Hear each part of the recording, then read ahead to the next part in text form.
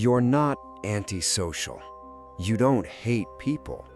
But somewhere along the way, you started disappearing.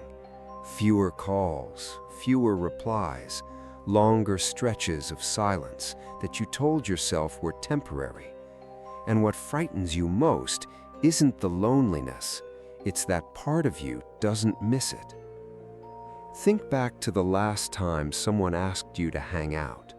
There was probably a moment, just a flash, where instead of feeling excited, you felt something heavier.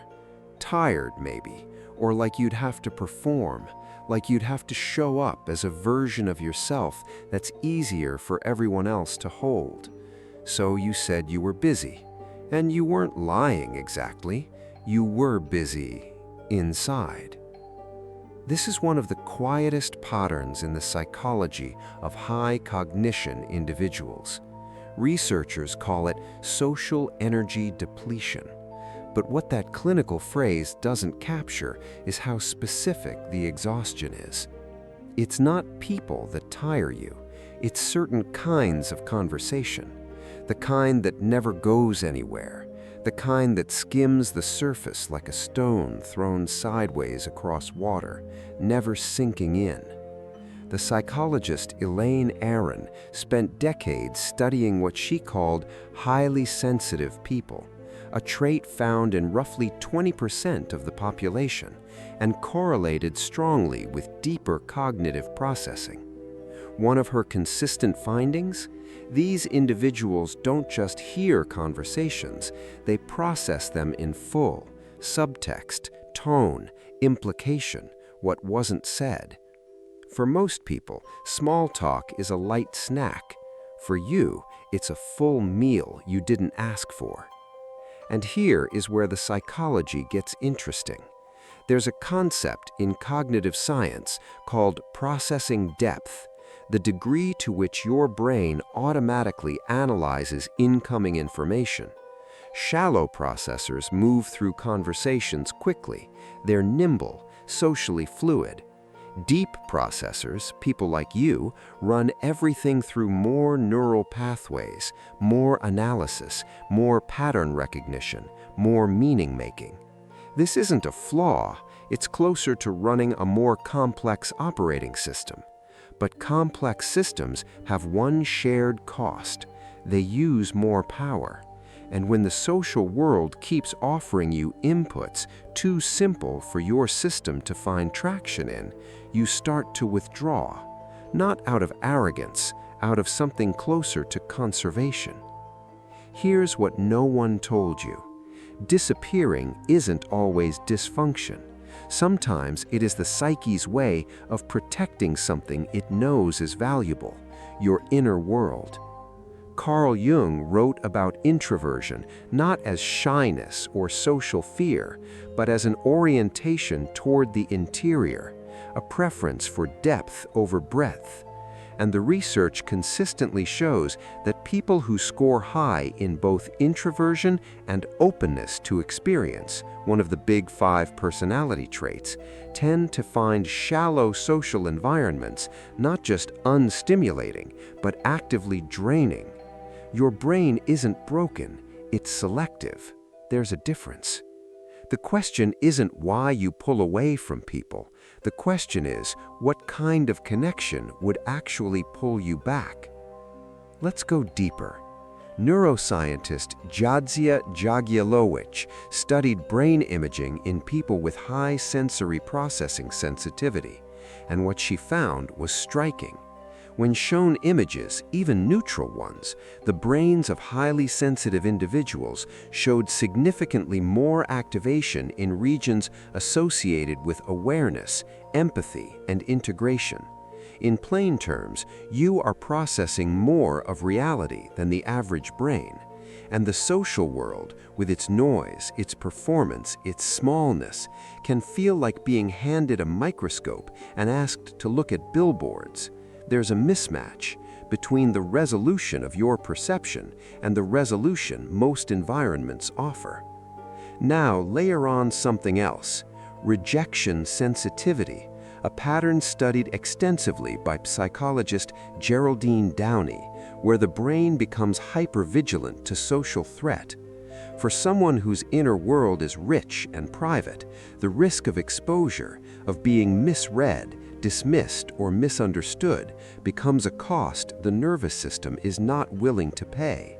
So it builds walls, reasonable walls, walls with good architecture. But over time, those walls become the only place you live. The metaphor I want you to hold is this: you are a lighthouse. You emit something real and powerful. But lighthouses don't chase ships. And somewhere, something in you decided, if people can't find me, maybe I'm better off in the dark. That's not wisdom. That's a wound that learned to call itself peace. So what do you do with this? Not grand gestures, not forcing yourself into rooms that drain you, just 5 small psychological recalibrations. 1. Audit your connections, not your capacity. The research on relationship quality over quantity from Robert Waldinger's Harvard study of adult happiness, the longest study of human happiness, is unambiguous. It's not how many people you have, it's whether any of them see you. Ask yourself, is there even one person you haven't had a real conversation with in months? Start there. One person, one honest message. 2. Name the hunger before you suppress it. Psychologist Barbara Fredrickson's work on positivity resonance shows that genuine human connection, even brief, activates the vagus nerve, reduces cortisol, and restores cognitive function. Your brain needs this. The next time you feel the pull to disappear, pause. Ask, am I avoiding people or am I avoiding this kind of interaction? The distinction matters more than you think. 3. Create conditions for depth, not just presence. Shallow environments drain you, but they're often the only option when you leave connection entirely to chance. Design it instead. Suggest a walk instead of a party. Ask the one question that goes somewhere. Give people the chance to be deeper than their small talk. Most people are. They're just waiting for permission. 4. Rebuild your tolerance for imperfect connection. This one is harder.